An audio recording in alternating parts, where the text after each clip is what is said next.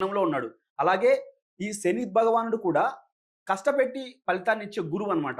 కష్టించి కష్టపెట్టి మంచి మంచి పేరు ప్రతిష్టలను తీసుకొచ్చే గురువనమాట. సో, అట్లాంటి గురువు గూడా దశమంలో ఉన్నాడు కాబట్టి బావుంటుంది. అలాగే తర్వాత ఎవరైనా మ్యారేజ్ కోసం ట్రై చేస్తున్నట్లయితే, అంటే ఈ మిథున రాశి వాళ్ళు మ్యారేజ్ కాలేదు, మ్యారేజ్ కోసం ట్రై చేస్తున్నట్లయితే, సో, శని భగవానుడు హెల్ప్ చేయగలుగుతాడు. గురువు గూడా లగ్నంలో ఉండి సప్తమాన్ని చూస్తాడు కాబట్టి, వాళ్ళకి మ్యారేజ్‌లు గూడా అవుతాయి. తర్వాత ఇన్ కేస్ ఒకవేళ ఉద్యోగాలు ఇందాక చెప్పినట్టు వస్తాయి. కెరియర్ పరంగా బావుంటుంది. ఉద్యోగ పరంగా బావుంటుంది. పేరు ప్రతిష్టలు బాగొస్తాయి. అలాగే డబ్బులు ఏదైనా ఆరోగ్యపరంగా ముఖ్యంగా చూద్దాం. ఇక్కడ నుంచి పరంగా చూసుకున్నట్లయితే వృచ్చికం వచ్చేసి మనకు 6వ స్థానం అవుతదనమాట.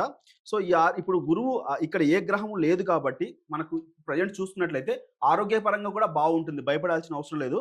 ఆరోగ్యపరంగా బావుంటుంది. ధనస్సును చూస్తున్నాడు కాబట్టి పబ్లిక్‌తో అంటే మన 7వ స్థానాన్ని మనం ఎట్లా చూస్తామంటే, మన రిలేషన్‌షిప్పు, పబ్లిక్కు వీటితో కూడా పోలుస్తామనమాట. అంటే భార్యాభర్తల మధ్య మంచి సఖ్యత ఉంటుంది. మంచి రిలేషన్‌షిప్ బాండింగ్ ఉంటుంది. బయట వాళ్ళతో మనం బయటికెళ్ళినప్పుడు వాళ్ళు మనం బాగా పలకరించడం, మనం రిసీవ్ చేసుకోవడం ఇది కూడా బావుంటుందనమాట. సో, ఇది మనకు మిథున రాశికి సంబంధించిందనమాట.